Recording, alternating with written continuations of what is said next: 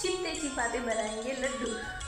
चिपते चिपाते तो नहीं बना। इसमें है काजू, बादाम और ये है कोकोनट, नारियल और ये किशमिश क्वांटिटी रखी है मैंने। और घी ठीक है, अगर लड्डू बनाते समय हमको घी की और ज़रूरत पड़ेगी तो उसको पिघला। ओके, लड्डू बनकर हो गए हैं तैयार, देखिए।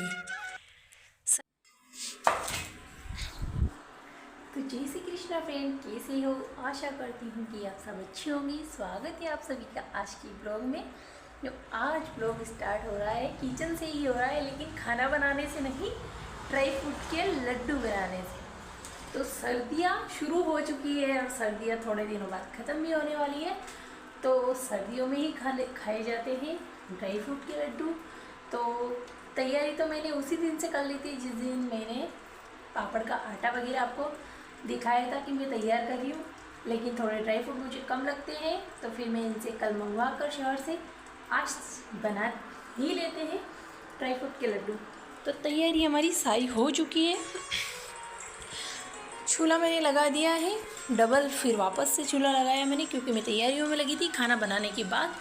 तो ये सारे ड्राई फ्रूट मिक्स हैं उस दिन के, और ये कल मंगवाए हैं वो वाले ड्राई फ्रूट है। तो इसमें है काजू, बादाम और ये है कोकोनट, नारियल और ये किशमिश। तो कोकोनट को भी मैंने अच्छे से बारीक कर लिया है छन्नी से, जो छीलने आती है उससे। और ड्राई फ्रूट को भी इतना बारीक किया है, दरदरा बिल्कुल नहीं पीसा है।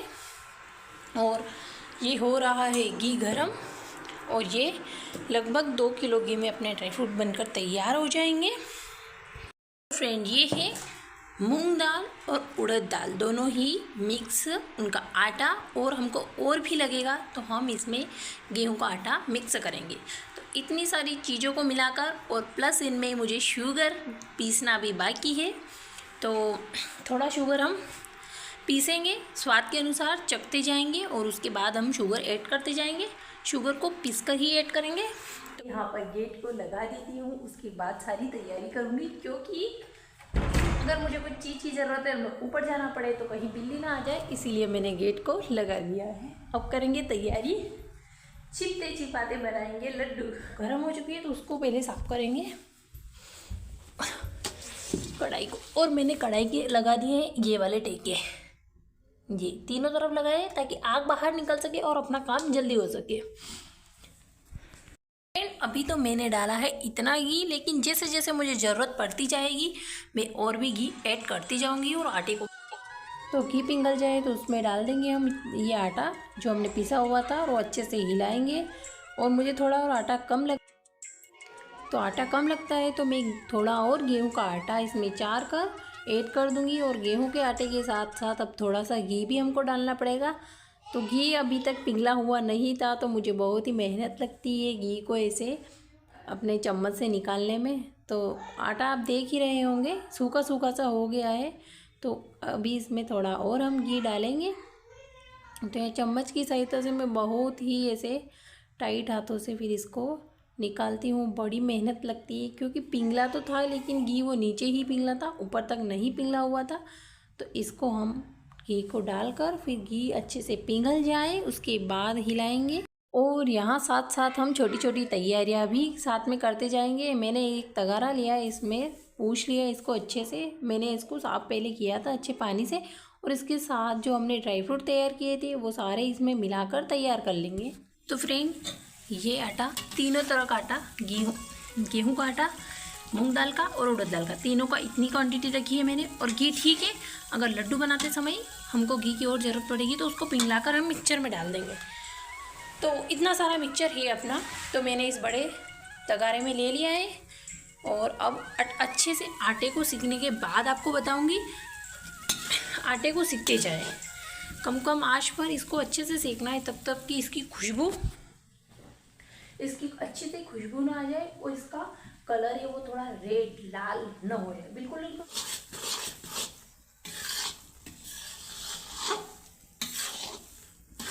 तो जैसे जैसे आटा अपना सीखता जाएगा वैसे वैसे ये थोड़ा अब घी छोड़ने लगेगा। मतलब थोड़ा सा इतना पहले टाइट था, अब धीरे धीरे पतला हो रहा है। और जब तक ये पूरा सीख कर अगर रेडी हो जाएगा ना, तो और भी पतला हो जाएगा और आसपास घी दिखाई देने लगेगा। ये अभी केवल 50% सीखा है। पूरी तरह नहीं सिकाए, इसको अच्छे से तो फ्रेंड अपना आटा देखिए बिल्कुल लाल हो गया है। अब इसको ज़्यादा जलने भी ना दें, ज़्यादा सेकना है नहीं, इसको ज़्यादा सेकना है और नहीं इससे कम। अगर ज़्यादा सेक देंगे तो ये जल जाएगा और इसको हम ना कम सेकेंगे तो ये फिर थोड़ा कच्चा कच्चा सा लगेगा। तो बिल्कुल ऐसा रेड होने दे, केवल इतना ही सेके। और अब अभी भी हम इसको कढ़ाई में ही हिलाते जाएंगे क्योंकि अपनी कढ़ाई थोड़ी गर्म है, तो इससे भी ये थोड़ा और सिक जाएगा।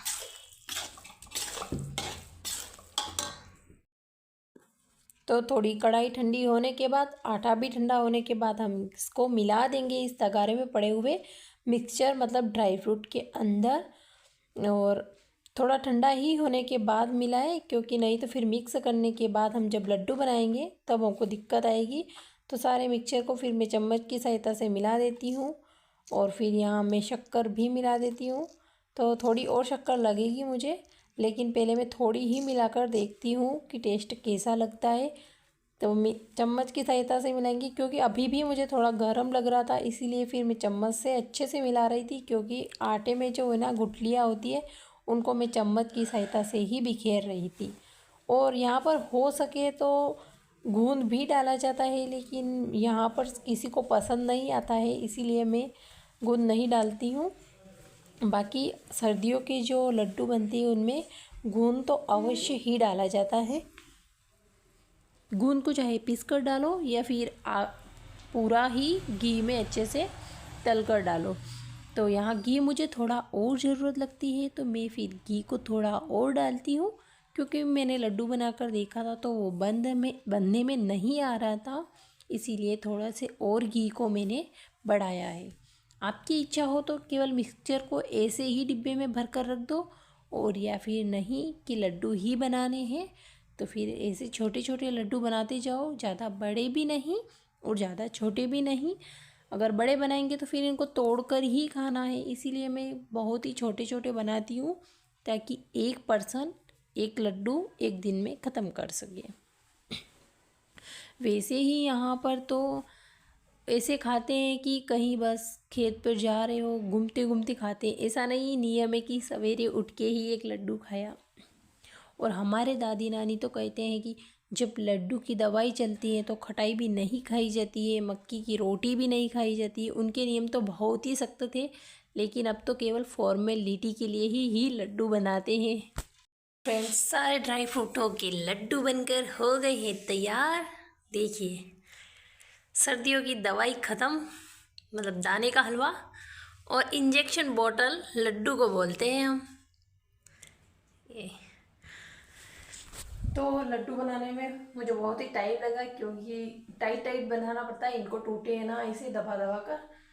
तो लड्डू तो बन गए हैं लेकिन किचन फैल गई है, तो अब किचन को समेटेंगे। ये देखिए, कढ़ाई को हम दलिया से साफ़ करेंगे और लगभग मेरा घी लगा था इसमें, ये पूरी भरी हुई थी तो इतनी खाली हो गई, और ये भी इतना था तो इतना हो गया। मतलब ज़्यादा घी तो नहीं लगता है क्योंकि ड्राई फ्रूटों में घी नहीं लगता, आटे सेकने में घी लगता है। और फिर हम बांधते हैं ना तो बस बंधे उसके हिसाब से हम घी डाल देते हैं। तो अब समेटते हैं सारा काम। और इसके तो लड्डू बनने के बाद फिर थोड़े ठंडे हो गए, उसके बाद मैंने इन दोनों टिफ़िन में भर कर रख दिए थे। थोड़े ठंडे हो उसके बाद ही किसी कंटेनर में भर कर रखे, नहीं तो क्या होता है गरम गरम आपस में फिर लड्डू घी के कारण चिपक जाते हैं। तो ठंडे हो गए थे इसीलिए मैंने दोनों टिफ़िन में, इतना बड़ा कंटेनर मेरे पास नहीं था कि सारे लड्डू उसमें आ जाए, तो फिर मैं इन डिब्बों में ही भर कर रखती हूँ।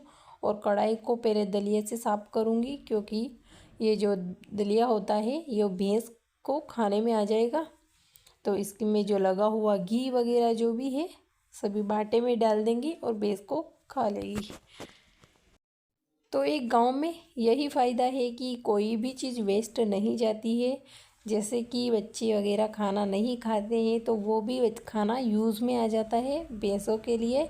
और हमारी जो थालियाँ होती है रोज़ के खाने की, उनका जितना भी जूठन होता है वो भी हम एक इकट्ठा करते हैं और फिर उनको भैंसों के पिलाने के लिए ले जाते हैं। तो फ्रेंड, आज की वीडियो में इतना ही, मिलते हैं कल एक नई वीडियो के साथ। तब तक के लिए bye bye, take care. Video अच्छा लगा हो तो प्लीज़ लाइक करें, कमेंट्स करें और चैनल को प्लीज़ से सब्सक्राइब करें। चाहे मुझे आप 1 या 2 पर्सन ही देखते हो तो आप 2 पर्सन ही प्लीज़ मुझे कमेंट्स करके बताएं कि आपको वीडियो कैसा लगा।